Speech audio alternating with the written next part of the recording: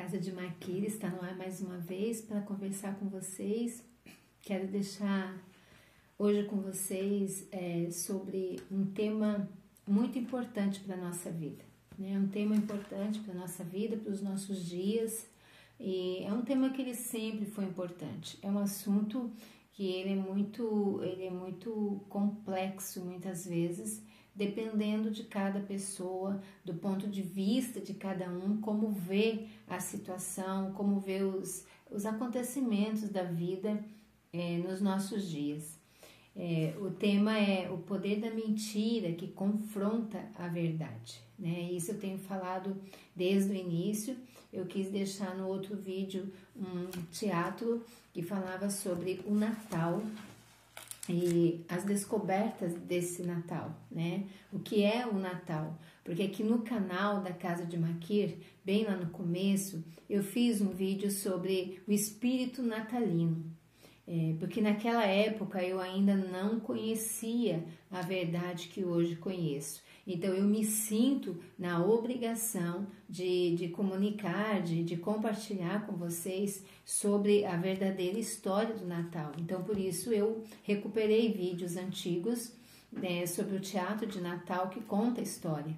Mas eu quero deixar aqui com vocês também uma narrativa que fala também. É quase a mesma coisa do teatro, mas eu quero conversar com vocês sobre isso. O que é a mentira para você? Qual é a importância da mentira e da verdade para você? Eu estou conversando com vocês e eu espero que eu possa encontrar você que não gosta da mentira.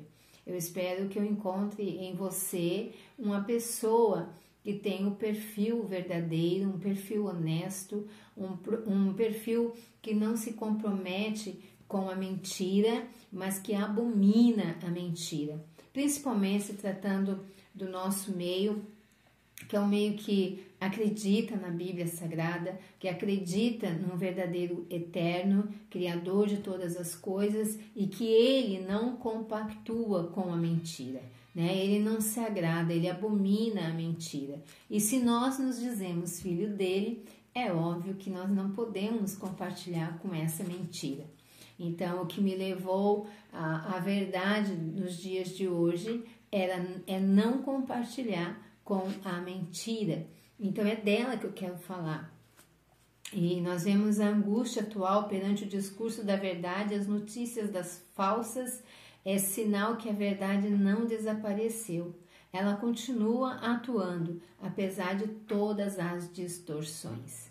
Então, nós vemos espalhado na Terra mentiras, e mentiras não pequenas mentiras, grandes mentiras, distorções da verdade, que nos acompanha por séculos e séculos, e é disso que eu quero falar com vocês nesse vídeo. Mentir é endêmico à vida dos indivíduos, da sociedade e dos estados. Mente por reação ao medo, como arma de defesa. Mente por simpatia para salvar a vida de alguém. Mente-se por ganância para a realização de objetos egoístas. Mente-se por inveja como situações de rivalidades e competições. Mente-se por simples convivência social para ser educado com alguém que se despreza. Entre essas outras formas de mentir condicionadas mais ou menos espontâneas. Talvez você já mentiu, como eu também. Talvez um dia a gente caiu na mentira. E aqui eu cito para vocês alguns do que nos leva a mentir. Talvez por medo, talvez por simpatia, para não perder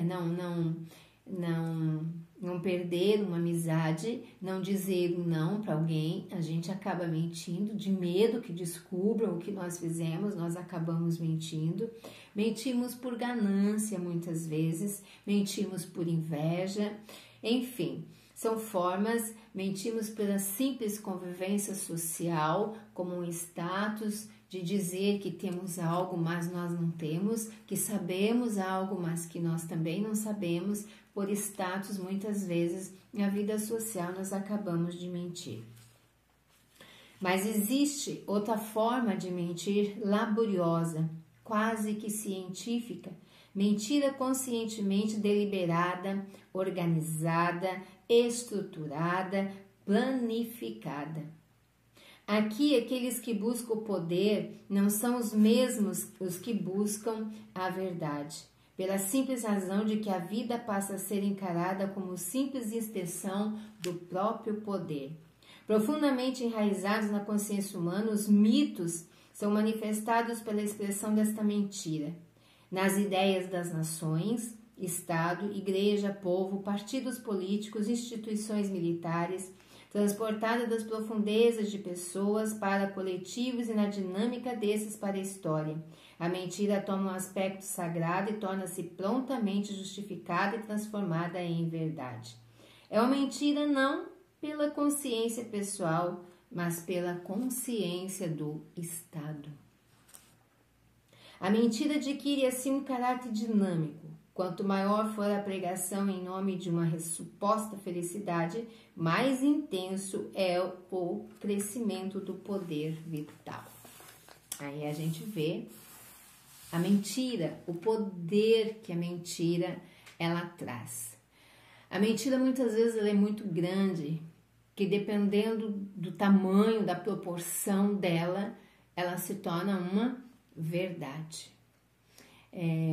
Só que a mentira que confronta a verdade é a pior das mentiras. É quando se trata da nossa salvação. E é disso que eu quero falar. Toda mentira não é boa, mas quando se trata da nossa salvação, ela se torna mais pesada. Ela se torna uma mentira perigosa, porque nós buscamos uma verdade e de repente nós vamos ver que o que nós buscávamos não era tão assim uma verdade.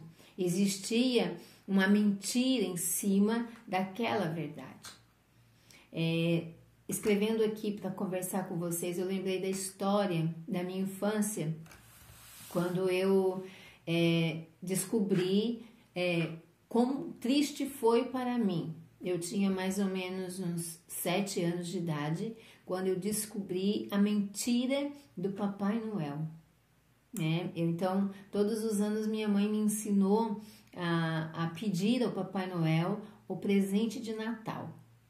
E num dia pela manhã, a minha mãe chegou para mim na época de Natal, eu estava no primeiro aninho, tinha 6 para 7 anos, e eu nunca me esqueço dessa mentira, porque essa mentira, ela machucou, ela doeu quando eu descobri. Porque a criança, ela traz o lúdico, né, a fantasia, a alegria, mas também ela pode ser prejudicial, ela traz uma frustração, ela traz também uma tristeza quando ela é descoberta. E minha mãe chegou para mim e disse assim: filha, você já fez a carta para o Papai Noel?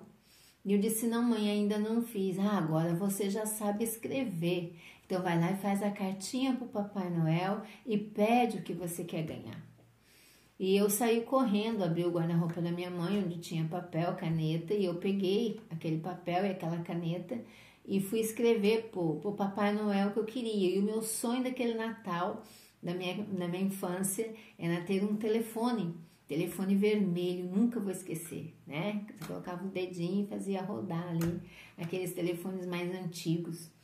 E então eu fiz a cartinha pro Papai Noel, só que quando eu abro o roupeiro da minha mãe na parte bem de baixo, junto com os papel, óbvio, minha mãe esqueceu o que tinha guardado, ela tinha comprado esse telefone e ele estava guardado lá. O que eu fiz? Eu deixei tudo como estava, peguei o papel, a caneta, escrevi pro Papai Noel, mas o meu coração era muito triste por descobrir que o Papai Noel não era Papai Noel, né? Eu me calei, minha mãe nunca soube disso, foi saber, claro, na vida adulta, que eu ri muito e contei para ela, mas ali enquanto criança e pré-adolescente, eu não falei para minha mãe. E a tristeza, a fantasia que eu tinha do Natal. E aí eu descobri que existia a mentira. Então a mentira ela é muito triste quando nós descobrimos, como eu já contei nos outros vídeos, quando eu descobri, fazendo o estudo da palavra do Eterno, eu descobri muitas mentiras a qual me levou, né? Tinha o momento da frustração, da tristeza, mas hoje eu agradeço, porque se não fosse por isso eu não tinha descobrido a verdade. Mas qual foi a mentira que confronta a verdade na história do Natal? Neste vídeo destaco sobre o Natal. No Natal nós comemoramos, nós festejamos, compramos e decoramos as casas. Mas o que é o Natal? O que é o Natal? O que tem sido o Natal? Natal que nós observamos hoje é comércio. Qual é a finalidade do Natal?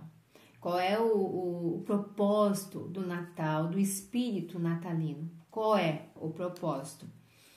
É isso que eu quero conversar com vocês. No Natal nós comemoramos, festejamos, compramos e decoramos as casas. O que eu tenho trazido para dentro da minha casa e o que é o Natal e o que ele representa.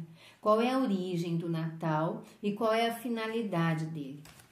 A palavra Natal significa natalis, ou seja, nascimento.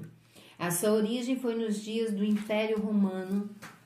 Talvez você não saiba disso, mas existe nos bons livros que você pode fazer pesquisas. Hoje nós temos a tecnologia avançadíssima da internet, né? Nós pesquisamos, nós temos livros que contam histórias verdadeiras. Então está hoje nas nossas mãos.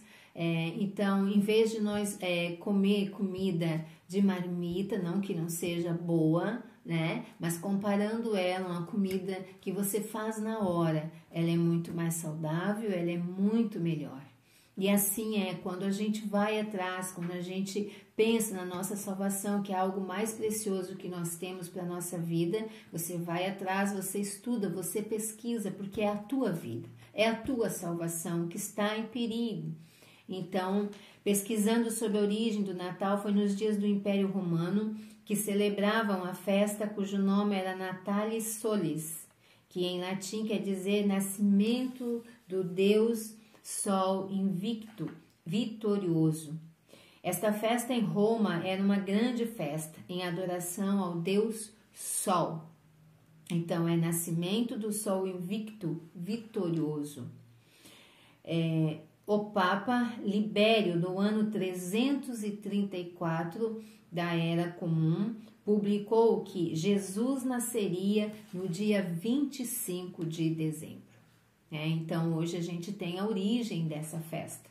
Saiba que quando você ir comemorar o Natal, você vê as ruas, comércio enfeitado, hoje você já sabe a história de onde ela se originou.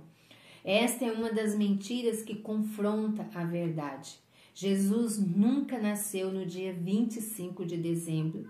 Jesus também não é o nome dele, né? O nome dele é Yeshua. Esta festa de Natal, ela não está dentro da palavra do Eterno. Ela foi decretada pelo Império Romano no ano 354 para que o povo que servia o Eterno Criador, que vivia naqueles dias até 354, soberano, o autor, né, o eterno Criador soberano e autor da Bíblia Sagrada, viesse a aceitar a religião chamada cristianismo, a religião criada pelo imperador Constantino. Essa festa foi decretada então e outros povos e religiões foram se misturando a ela. Foram se chegando, a data dela foi 354, mas outros povos foram chegando, outras culturas de outros povos foram sendo colocados juntos, se misturando e resultou em uma variedade de símbolos que hoje nós encontramos no Natal. O que não pode faltar no Natal? No Natal não pode faltar um símbolo natalino chamado árvore de Natal. A Bíblia e o eterno Criador se agradam dessas coisas. A árvore de Natal ou pinheirinho de Natal, quem trouxe para a festa foi Germanos, no ano de 800 depois de Cristo. Introduzido no templo de São Bonifácio, Germanos era acostumado a fazer sacrifícios e orgias ao carvalho sagrado de Odin. O que a Bíblia diz a respeito dessa árvore de Natal trazida por Germanos? Então, Germanos era acostumado a fazer os seus sacrifícios e orgias nas florestas, nas matas, né? E disso a Bíblia fala.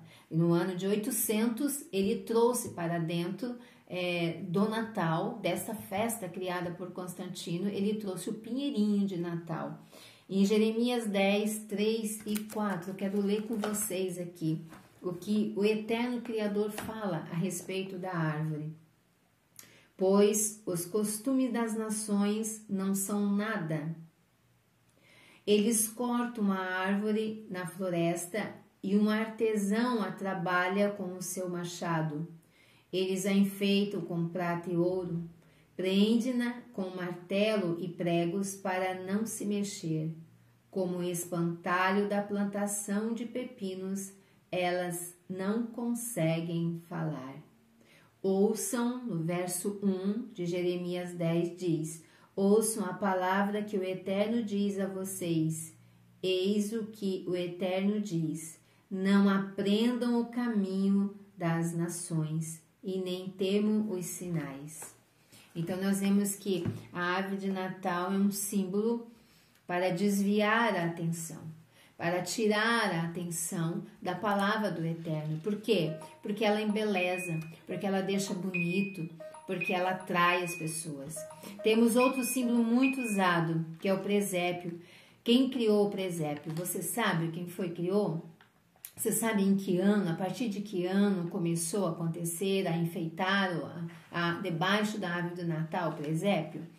Quem criou o presépio foi São Francisco de Assis no ano de 1600 DC, depois de Cristo, da Era Comum, na Itália. Ele usou os dois animais do presépio para dizer que lá no livro de Isaías, capítulo 1, versículo 3, o Eterno rejeitou o seu povo, o povo de Israel. Este ato é claro de antissemitismo. Olha a data, 1600. A gente precisa entender os fatos históricos quando estudamos as escrituras sagradas. Então, este ato é claro de antissemitismo da época, criado na ideia de presépio. Mas o que Shaul, o que o apóstolo Paulo, mais conhecido como Paulo, diz em Romanos 11, versículo 1 e versículo 25. Paulo diz: digo, pois, porventura rejeitou o Eterno seu povo? De modo nenhum, porque também eu sou israelita da descendência de Abraão, da tribo de Benjamim. Então aqui está sobre o presépio. Qual foi o motivo que foi criado o presépio? Por causa do antissemitismo contra o povo do Eterno. Temos outro símbolo que é a guirlanda nas portas. A sua origem é uma tradição antiga criada pelos gregos. Eram colocados nas portas de entrada como um adorno de chamamento aos deuses, ou boas-vindas aos deuses. Temos mais um ícone de Natal, que é o Papai Noel, ao qual eu acabei descrevendo a minha história, minha frustrante história da minha infância. Então nós temos este nome Noel, é francês e significa Natal. A história do Papai Noel teve a sua origem lá na Ásia, no século IV, com um bispo de Mira chamado São Nicolau. Na Holanda adotou ele como patrono das crianças e era costume dar presentes. Aqui nós temos outra parte interessante. Os noruegueses adoravam a deusa Herta. Diz os noruegueses que essa deusa aparecia na lareira e trazia sorte para o lar. Com isso, as criancinhas, na noite de Natal, colocavam seus sapatos nas janelas e o Senhor Nicolau passava a noite colocando balas e caramelos. Por isso fica as botas também do Papai Noel como sinal. Mas qual seria a data mais provável do nascimento de Jesus? Então, a mentira que confronta a verdade. De que lado eu fico? De que lado eu estou? Qual seria a data mais provável do nascimento de Jesus? A data mais provável dentro da história do qual Jesus nasceu, Jesus como judeu, cidadão israelita, da tribo de Judá, judeu, da tribo de Judá, é judeu. Jesus, judeu, o nome dele não é Jesus, o nome dele é Yeshua. Por quê? Porque dentro do alfabeto hebraico nós não temos a letra J. Então não tem como ser Jesus, e sim Yeshua. Ele nasceu provavelmente entre o mês de setembro e mês de outubro.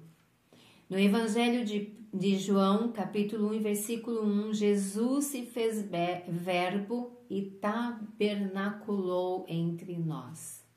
Tabernaculou entre nós. Essa palavra tabernaculou, ela lembra da festa dos tabernáculos. E ela acontece entre setembro e outubro.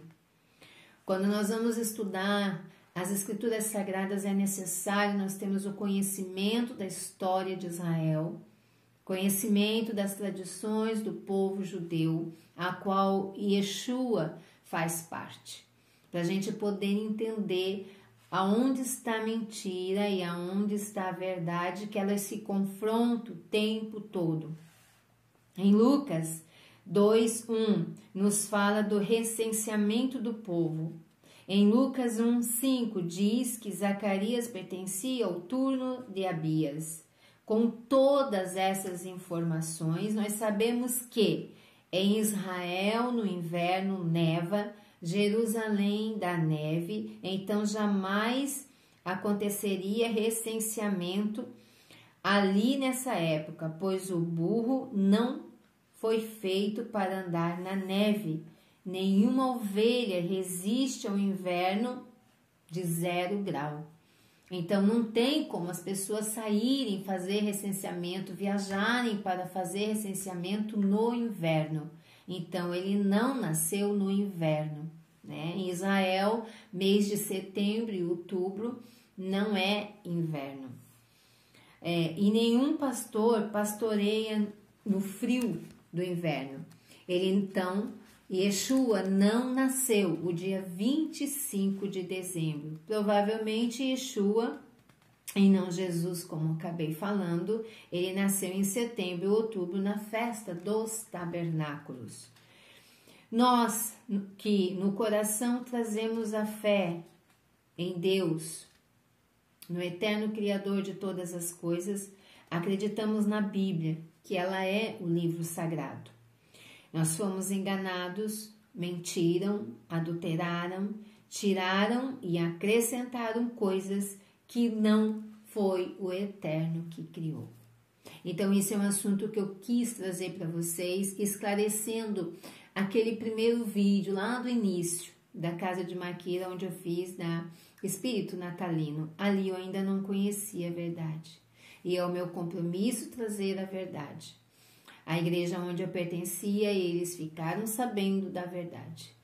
E aí abraçou a verdade quem quis, quem não quis permaneceu na mentira. Nós somos livres para fazer da nossa vida o que nós quisermos. Mas a minha responsabilidade é, assim como o eterno Criador trabalhou na minha vida, me dando a oportunidade de conhecer a verdade, porque eu não gostava da mentira, como eu fui enganada na minha infância, acreditando na ilusão, na fantasia do Papai Noel. E foi muito triste, eu chorei muito por causa daquilo ali, porque eu era criança, eu acreditava. Existia o Papai Noel, né? E quando eu descobri, foi muito triste. Assim como eu descobri também, quando eu descobri que eu fiquei tantos anos pensando que eu servia a Deus de verdade e falando e ensinando a outros. Então, hoje é minha responsabilidade perante os céus trazer a verdade a todos aqueles que desejam saber dessa verdade, né? Então, que você seja abençoado e agraciado na tua vida, que o Eterno Criador abençoe a tua vida em nome de Yeshua, né? Que este é o verdadeiro nome dele, Yeshua, o nosso Mashiach, o nosso Messias, que nós esperamos grandemente para vir levar o seu povo, aqueles que obedecem e andam nos mandamentos do Eterno, aqueles que fazem a vontade do Pai, assim como Yeshua falou. Então, que Ele te abençoe e até o próximo vídeo. Que Ele realize o desejo do teu coração e que teu coração seja pela verdade. Tchau, tchau. O Eterno te abençoe.